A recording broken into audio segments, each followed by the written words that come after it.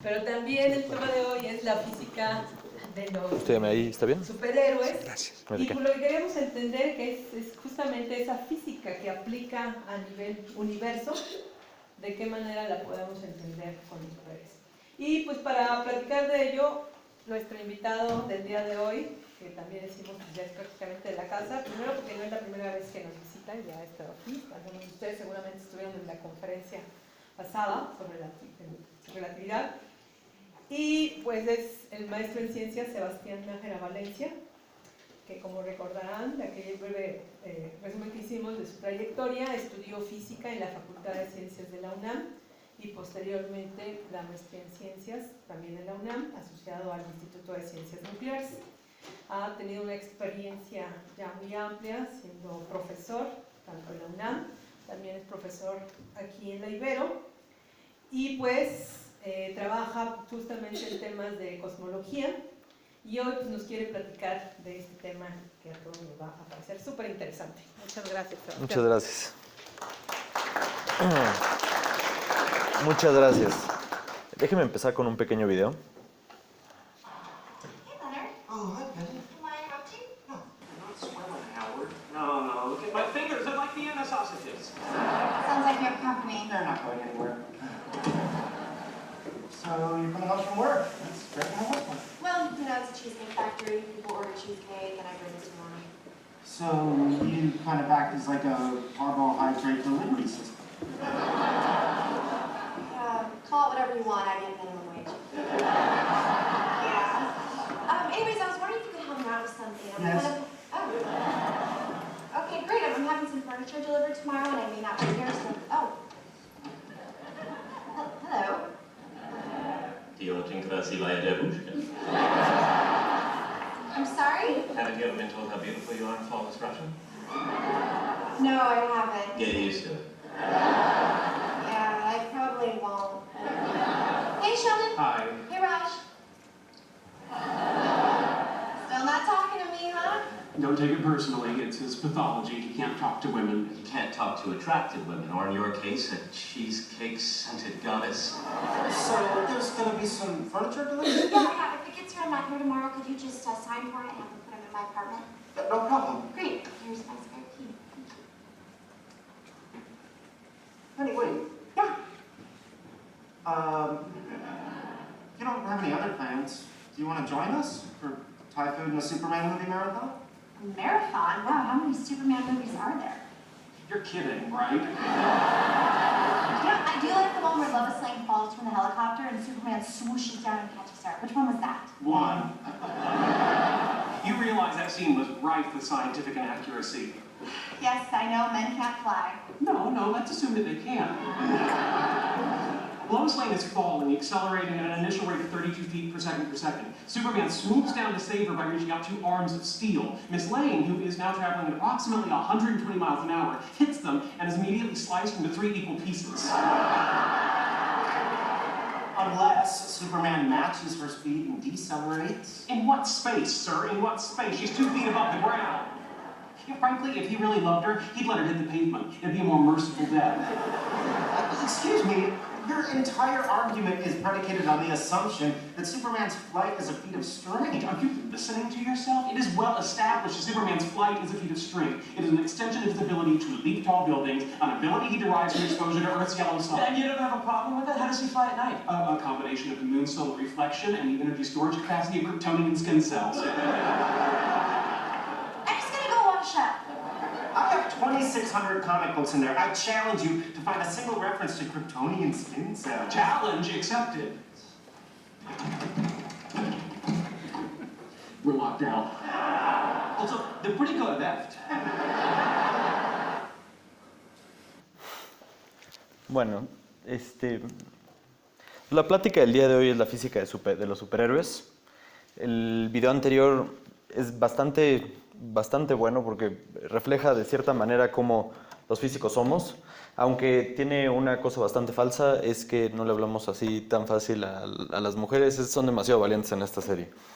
El día de hoy de lo que quiero hablar es justamente de eso. Así como ellos hablan de la física de los superhéroes, de qué pasaría si acaso existiera Superman o existiera el Hombre Araña, Iron Man, Flash y cualquiera de estos superhéroes, si realmente entonces pasarían esas cosas. Y si son debates que uno tiene con sus amigos y uno se sabe todas las historietas y en qué historieta pasa tal cosa, en cuál sucede. Y estoy seguro que Sheldon sí encontró un número de Superman en el cual venía que gracias a sus células podía hacer todas esas maravillas que hacen todas las historietas y que hace también en las películas.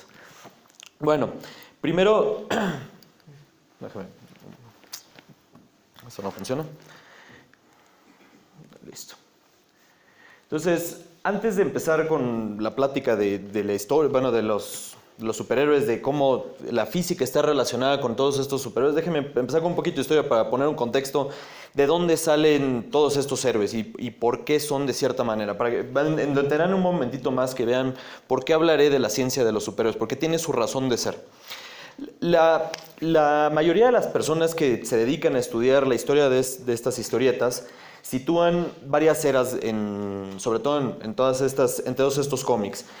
La primera era es la Era de Oro. La Era de Oro comienza en 1938 con Action Comics número 1, en el cual aparece por primera vez Superman.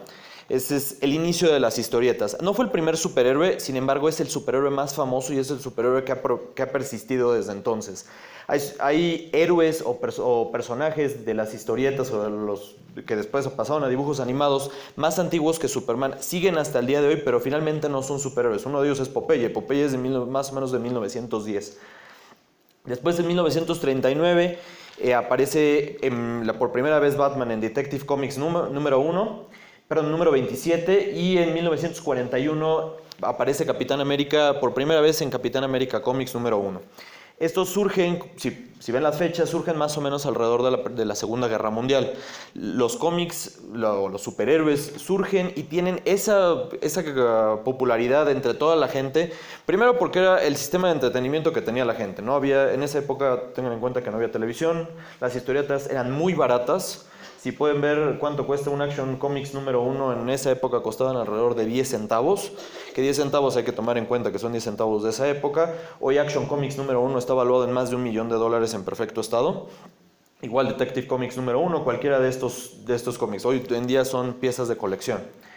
En esa época hubo más de 200 superhéroes, habían de todo tipo de superhéroes, habían superhéroes con superpoderes ridículos, pero la gente de todos modos los consumía, porque era una manera de distraerse de la guerra, de tener una cierta ilusión, de tener esperanza. Si ven en Capitán América, déjenme tomar, en Capitán América, ¿este no es?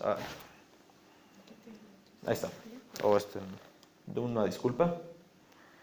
En el cómic de Capitán América sale Capitán América, gracias, golpeando a Hitler. Entonces había toda unas dinámicas de la historia de la guerra, muchas gracias, de la historia de la guerra, que por eso también fueron tan populares. Por eso hoy, bueno, por otras razones, hoy son lo que son finalmente. Después, más o menos por ahí de 1955, cambia a otra era que se conoce como la Era de Plata. En esta Era de Plata surgen la mayoría de los personajes de la casa de las historietas Marvel. Muchos de ellos son los Cuatro Fantásticos, el Hombre Araña, también algunos de DC Comics como es Flash, el Flash que aparece ahí en la pantalla. Y en esta época había un interés de acercar la ciencia a los jóvenes. Finalmente, si notan más o menos las fechas después de la Segunda Guerra Mundial, que había un interés por ya empezar a competir contra otros países, que más o menos se empieza a acercar la carrera al espacio. Entonces había un interés porque los jóvenes se interesaran en la ciencia, cosa que antes no estaban tan interesados. Entonces muchos de los temas de esa época son de ciencia, de viajes al espacio, de viajes en el futuro, de cosas más interesantes. Inclusive los poderes que tienen o los mismos personajes son científicos. Flash es un científico, varios de los Cuatro Fantásticos son científicos, entonces hay otro tipo de interés. Peter Parker, que es el Hombre Araña, él mismo estudia una carrera de ciencias. Luego, después de eso, llega otra era que se llama la Era de Bronce. Esa era es un poquito más mística, de poderes, de tener a Drácula, otro tipo de personajes. Después Después llega una época que se llama la Era Moderna. En la Era Moderna se divide en varias partes, pero no es necesario para la presentación. Varias de ellas ya tornan en temas más serios, temas más como para adultos. Ya los cómics dejan de ser tanto para niños. Y después de eso, a partir de 1989, sale el boom de las películas. Batman, Superman, todos los personajes empiezan a tener películas. Todas las casas de las historietas quieren hacer sus películas porque ven que es muy redituable. Si ven hoy en día, luego conseguir boletos para una película de superhéroes el fin de semana que sale es imposible. Entonces, y lo importante, lo que quiero que quede más o menos claro en esta plática, es que la ciencia en los cómics muchas veces es correcta. Aquí podemos ver una historieta en la cual tenemos a este villano, el cual está hablando de encontrar la Baticueva. La Baticueva en ese momento, ningún villano la había encontrado, era un misterio para todos los villanos, dónde estaba Batman y quién era Batman. Entonces, este personaje lo que dice en esta viñeta del lado derecho es que va a usar un sismógrafo porque él dice que la cueva tiene que tener distintas densidades. Las densidades de la cueva no tienen que ser las mismas que las otras densidades. Y eso es correcto. Eso es como hoy se estudian los suelos. De esa manera, si vieron después del sismo que ocurrió aquí en México, salió un mapa de la ciudad de en qué zonas se sentían más los sismos que en otra. Porque el suelo de la ciudad no es igual. Entonces, es cierto, muchas de las cosas que ponen en las historietas, en las películas, son ciertas. Las películas es un poco menos. De hecho, hablaré un poco más de las historietas porque las películas, desgraciadamente, por tener un poco más de acción, más tiempo en pantalla los personajes, más risas, obvian muchas veces la ciencia que hay detrás. Pero también es importante aclarar que también en muchas ocasiones no. En esta viñeta lo que podemos ver es un científico que dice que está desarrollando un mecanismo para poder leer ondas cerebrales. Y el científico piensa, si tan solo tuviera ese ingrediente secreto adicional, podría realizar mis malvados planes.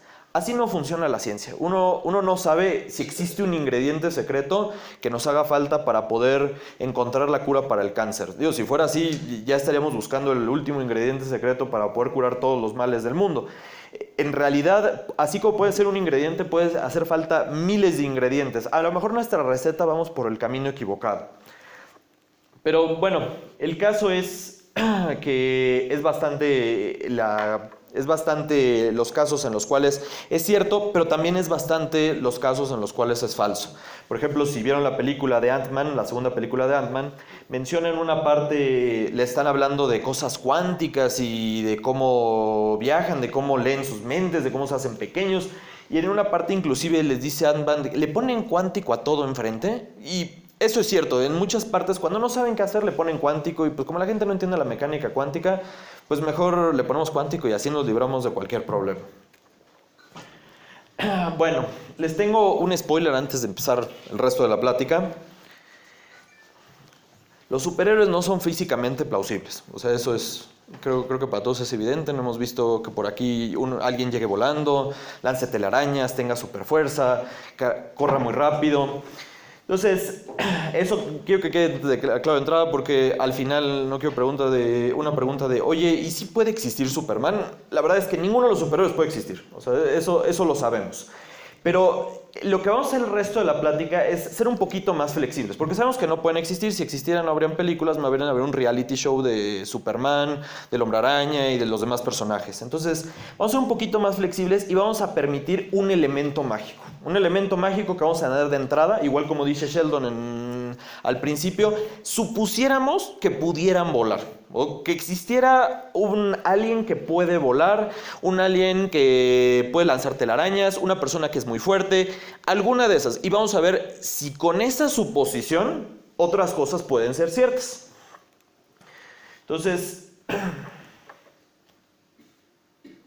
empecemos con el primer personaje que vamos a hablar, va a ser el Hombre Araña. El Hombre Araña es uno de los personajes más populares. Vamos a suponer que es cierto que a uno lo puede morder una araña radioactiva y que uno no se va a morir, de entrada. Y que además uno va a adquirir poderes, que uno va a poder escalar paredes, que uno va a poder lanzar telarañas y demás cosas. Una de las cosas de las que quisiera hablar, hay una historieta y que inclusive sale en una película, la voy a poner en un momento. En los 60s, las ventas del Hombre Araña eran altísimas, pero Marvel quería hacer algo distinto. Entonces le encargaron a los escritores en ese momento que hicieran una historia distinta. En esa historia lo que hacen para poder vender más es decir que uno de los personajes se va a morir. A uno no le dicen quién se va a morir. Entonces el villano del momento, que era el Duende Verde, captura a la novia del Hombre Araña que se llamaba Gwen Stacy. Entonces la lleva a un puente, en este caso sale como en un hangar, pero el final es exactamente el mismo. Espérenme tantito. Denme un segundito. Ya quedó.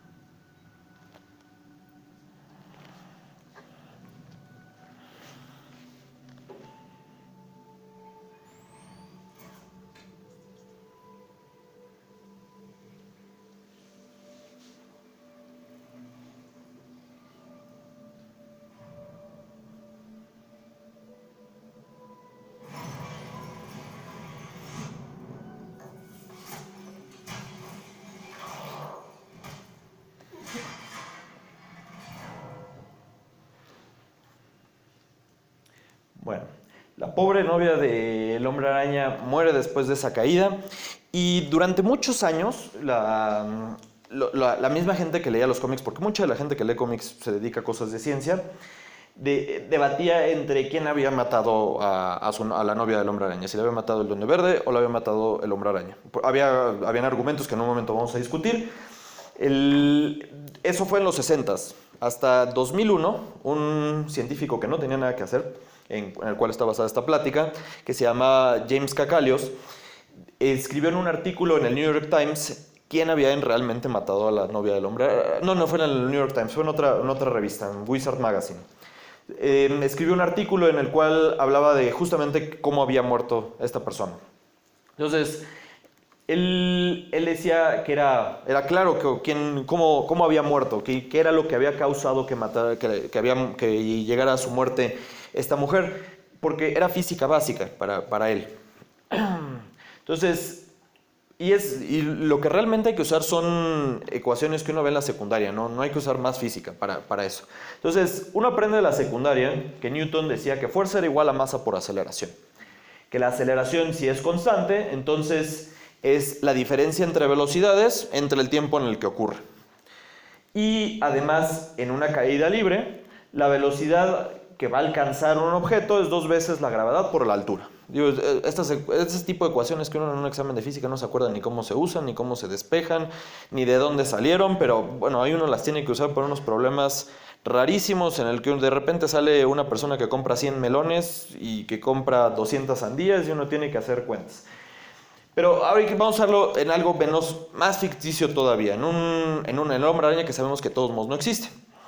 Entonces, si nosotros supusiéramos, bueno, vamos a hacer un estimado más o menos, dice en las historietas que cae del puente de Brooklyn, si cayera del puente de Brooklyn, que tiene una cierta altura, la aceleración de la gravedad es constante, es la misma en todo el mundo, entonces podemos calcular la velocidad a la que alcanzaría después de una cierta altura sería más o menos unos 150 kilómetros por hora, la cual es una velocidad alta. Y uno puede calcular a partir de eso la aceleración que va a tener si el Hombre Araña la detuviera con su telaraña. Si la detiene con su telaraña, va a pasar de tener una velocidad de 150 kilómetros por hora a una velocidad cero, porque la va a detener para que ya no se caiga. Entonces, uno puede calcular a partir de la fuerza de la ecuación de Newton que vimos antes. Déjeme regresar acá. Uno puede calcular, conociendo la masa de la joven, suponiendo que pesa entre 60 y 70 kilogramos, uno puede calcular esa fuerza que va a causar. Entonces, resulta que la fuerza que causaría detenerla de esa manera sería más o menos 10 veces la acción de la gravedad, lo cual es un montón. Si a una persona lo empujaran o lo jalaran con 10 veces la acción de la gravedad, lo van a matar. Es demasiada la fuerza que tiene como para que una persona la resista. De hecho, este mismo ejemplo que tenemos aquí es justamente el principio de las bolsas de aire. Las bolsas de aire en un coche están diseñadas de tal manera que cuando uno choque, le reduzcan la velocidad poco a poco, porque si uno choca y es de golpe la fuerza que uno recibe, a uno le va a causar mucho más daño que si es poco a poco. ¿Por qué? Porque si a uno le baja la velocidad de entrada, va a ser mayor la fuerza. Esto lo podemos ver, déjeme regresar, lo podemos ver de acá mismo. Finalmente es una diferencia de velocidades entre el tiempo que ocurre. Entre más grande el tiempo, más pequeña va a ser la aceleración. Entonces, este mismo autor decía, pues evidentemente el que lo mató fue el hombre araña. Para disgusto de muchos, porque muchos pensaban, bueno, teníamos a quien echarle la culpa, era el villano, y al final resulta que el mismo héroe es el que mata a su novia. Bueno, ya cambiando de temas un poquito más tristes y más tétricos, hablaremos de otro superhéroe que ya es menos tétrico lo que hablaremos, que es Superman. Superman, el primer, como mencionamos hace ratito, el primer superhéroe de los cómics.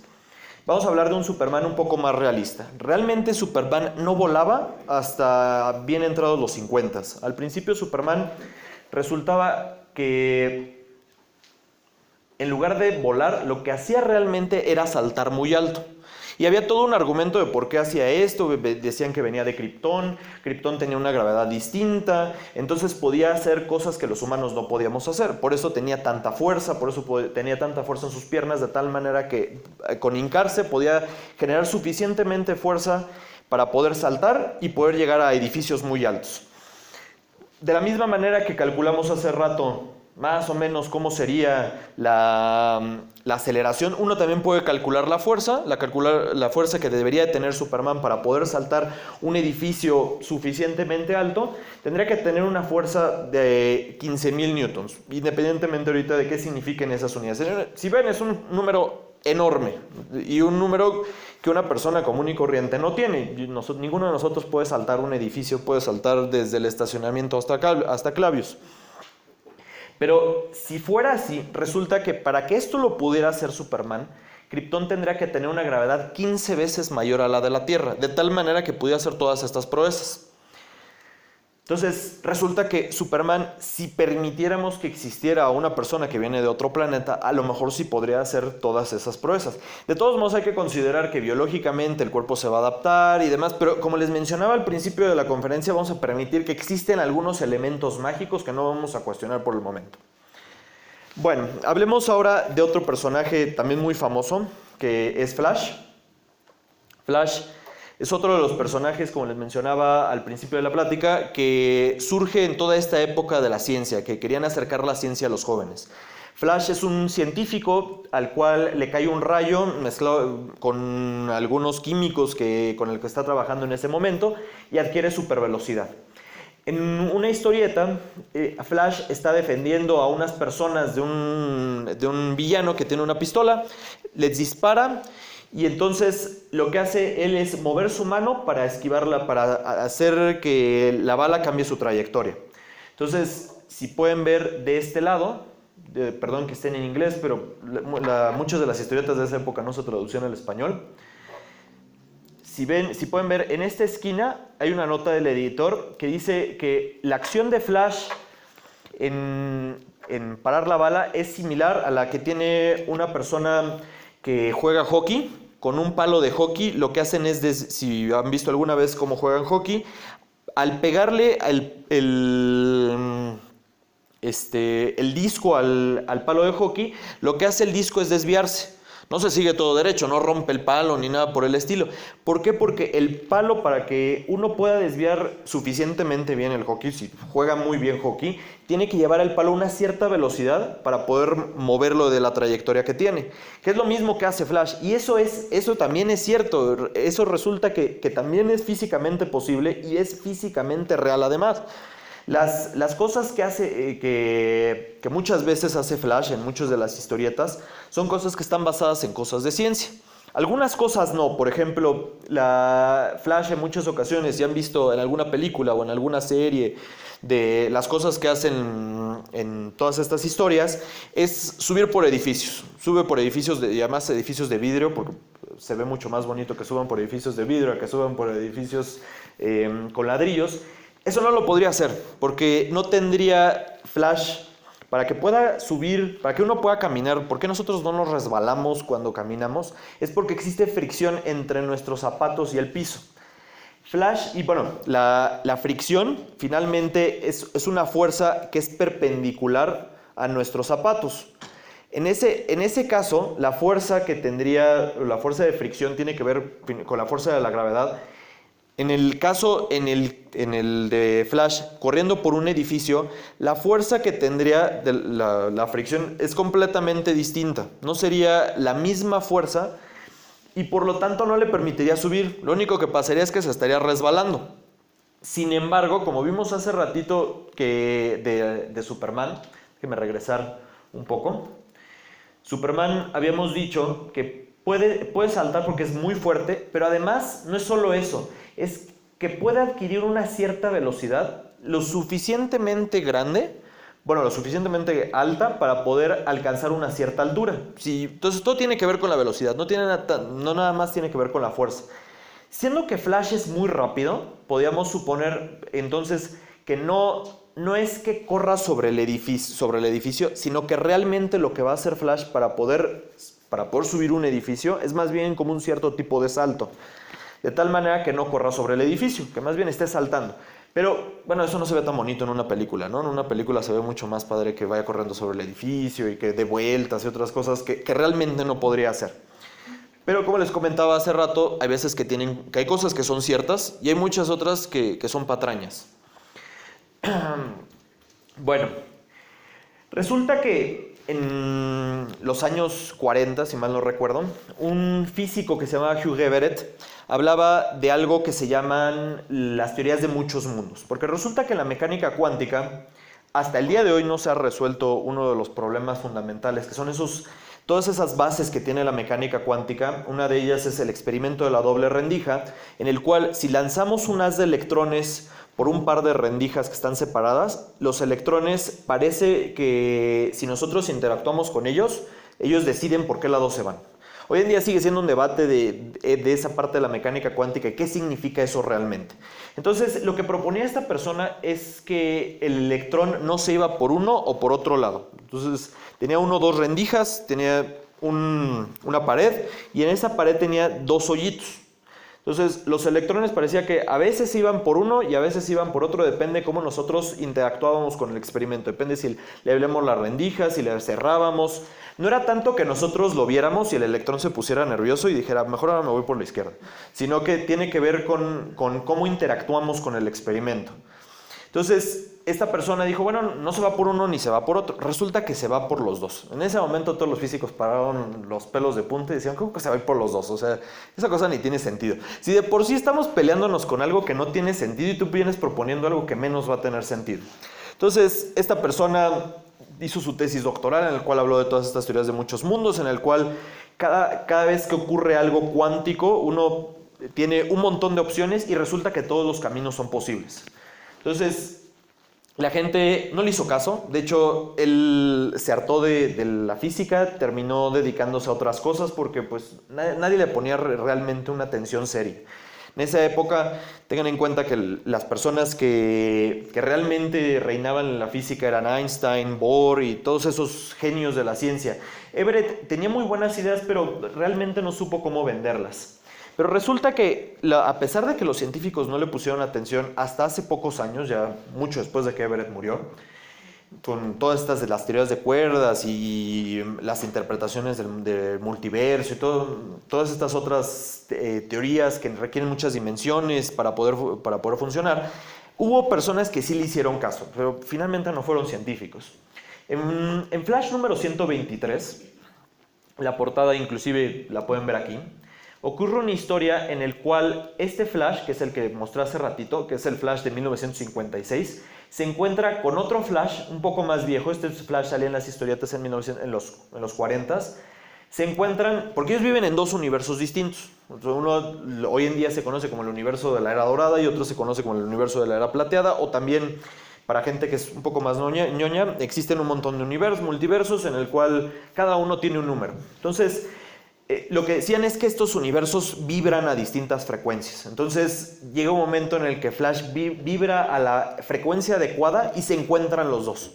Entonces, esto inició todo un camino para poder hablar de nuevas historias, hablar de que Superman conozca a personajes que no eran ni siquiera de su época, personajes que eran de otros mundos, inclusive que se junten personajes de distintas casas de historietas. Por ejemplo, Superman es de DC Comics, el Hombre Araña es de Marvel. Han habido historias en las que juntan a ambos, argumentando que son parte del multiverso y que entonces pueden cruzarse, tomando en cuenta todas estas cosas de mecánica cuántica, que al final de cuentas son un poco de patrañas, pero tiene una idea científica detrás.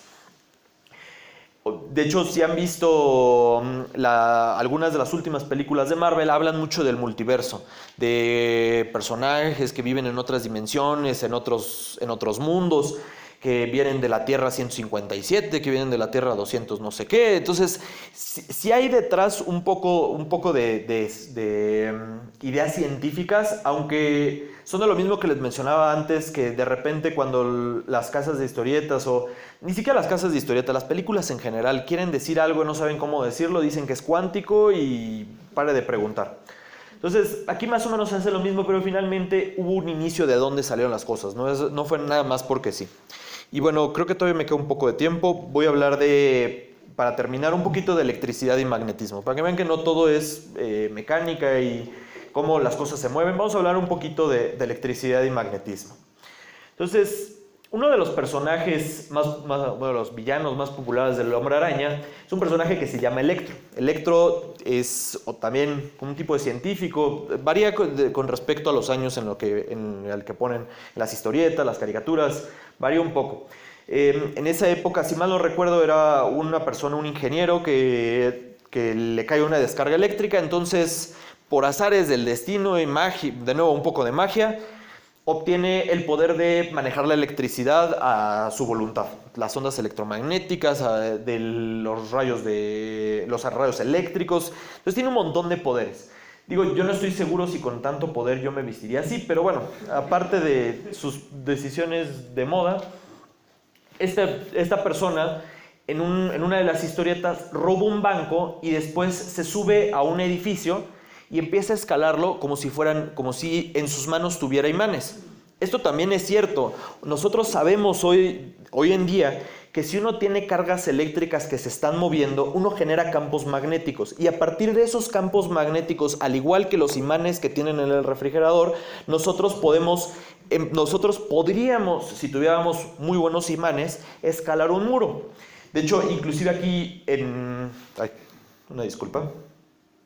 Aquí mismo hay dos personas que están diciendo, mira, está usando sus varas, moviéndolas para que funcionen como imanes. Digo, como pueden ver, qué curioso es que en esa época, que esto es más o menos 1965, cómo la gente antes hablaba de todo lo que pasaba en la calle, como había narradores por todos lados. Qué lástima que se han perdido esas bonitas tradiciones.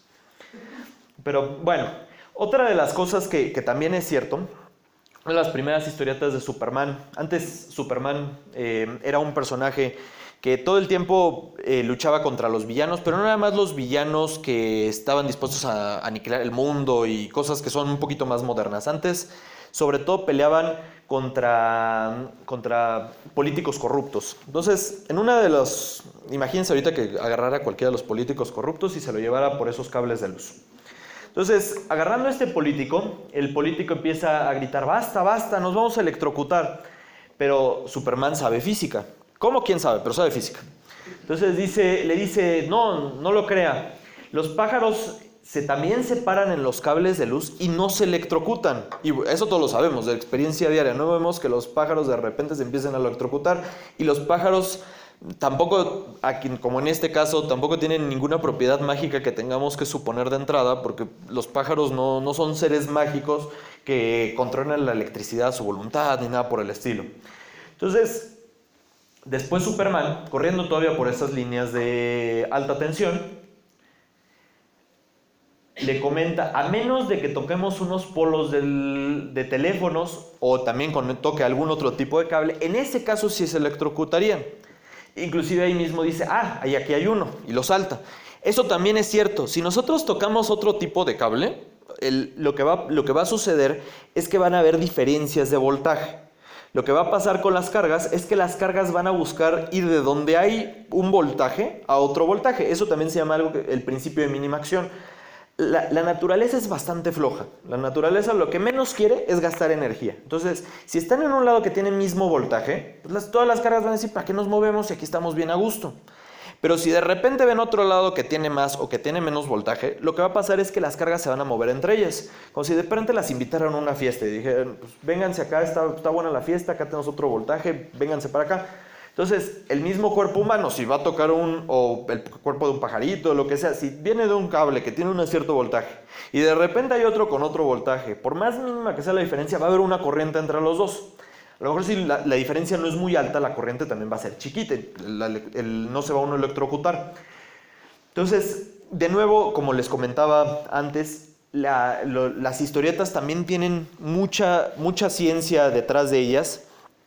También las mismas películas, las películas es un poco menos, desgraciadamente no han tenido muy buenos consultores de ciencia, o también por la misma razón de tener unas historias más alucinantes que viajan al espacio y que que apagan la gravedad a su gusto, y por lo mismo muchas veces dicen, a lo mejor dicen, no vamos a hacerle caso a los científicos porque pues ellos nada más nos empiezan a aguadar todas las historias. Pero antes sí había toda esta, y todavía sigue existiendo muy buena ciencia dentro de las historietas, dentro de las caricaturas, dentro de todas estas historias de los superhéroes, que nos enseñan que los mismos superhéroes pueden estar sujetos a las leyes de la física. De nuevo, suponiendo de entrada que existen algunos argumentos mágicos los cuales los tenemos que dotar para que no digamos, entonces no, esto no puede ser real. Porque si no, de entrada uno diría, bueno, ¿para qué lo voy a leer si pues esto no puede ser cierto? Sería como leer El Señor de los Anillos y decir, los orcos no existen, pues ¿para qué lo voy a leer? Entonces, tenemos que dotarlos de algún cierto tipo de cosa para de ahí poder encontrar que tienen mucha riqueza científica detrás estos personajes. Bueno, muchas gracias.